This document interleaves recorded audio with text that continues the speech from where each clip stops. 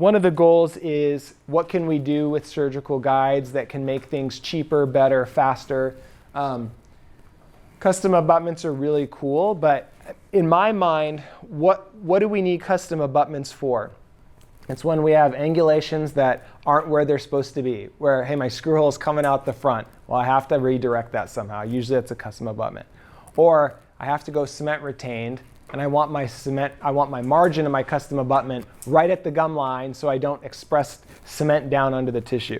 So custom abutments are really cool, but I kind of look at them as like, hey, why are we using it? We're using them because we're not going screw retained and our angulations are perfect. So if we can take care of those two things with our angulations being ideal and we can go screw retained, we can avoid the cost of custom abutments, because that just adds a lot more work for the lab and more cost for us that necessarily doesn't need to be done.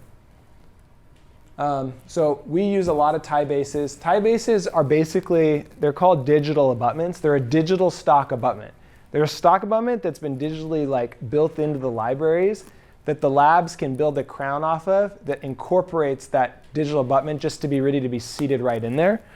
And then we can have all of our emergence be in the zirconia of our restoration. So yeah, no cement. It's cheaper, a little quicker. Here's all your different types of abutments. So tie bases, this is kind of why we do digital, so that we can go with these tie bases here. And these work great. This is Dess's, the gold ones are they call it their angle-based system. And so they're essentially, the only difference is it's a tie base.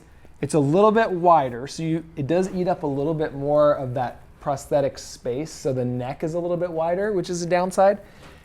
And the only difference really is the screw. And the head of the screw in there is accepting a ball that can rotate.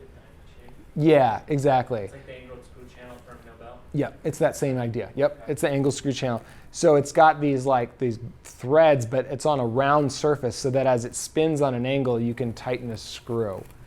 So you can come in at up to 25 degrees on an anterior and be lingual too. So again, it's kind of like a bailout. If you want to go screw retain, but your angles are off, you can use these guys. They're also all digitally in the library, so you can go with a full digital approach with them. Yeah, they work pretty good. Here's your part numbers for the Dess tie bases. Dess is great. They make all the prosthetics for all the different companies, and then we use them with their Nobel Active connection, which is the same connection as the Blue Sky Biomax. Specifics there. So here's how you put these on. This is like what Dr. Pope was saying. I'd get in a habit of telling your assistants to throw an analog in the room and put an analog on the tie base, and then you can hold the analog and not the little. You drop them, yeah. So put a tie base on. We just ordered these from our lab, just monolithic zirconia crowns. I take a little bit of monobond and I put monobond on the metal and in the zirconia that preps the surfaces. And then we use a resin cement when we're bonding the finals, or flowable if we're bonding the temporaries or the profile generators. No monobond for the temporaries. But the key is, like he was saying, is take this cement and do a ring around the top of the chimney. And then when you put your crown down over it, all the cement just goes straight down and out, and then you just wipe off and then let it cure. The alternative is you got to stuff a bunch of cotton in here to keep it from getting in there, but then you got to get that cotton out of the screw hole, so it's just easier to do this technique. Make sure you put the screw in first before putting the crown on. Good point. Yep. Ask us how we know. Screw head is bigger than the hole sometimes. Yep. Make sure your screw's in there. This is piggybacking off Dr. B, but with deep placement like this, I've been in a habit of PAs, like every time I'm putting a scan body in there, I'm putting a tie base. When I was doing internal hex, I never took a PA because you just feel it. Like it just drops in and you just know you're seated, but your implant's higher up. Your connection is, that hex is bigger.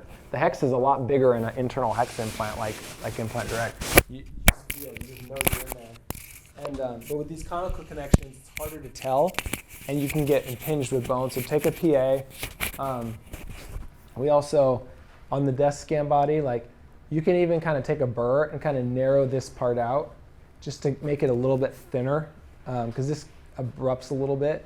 Because the scan portion is really up here.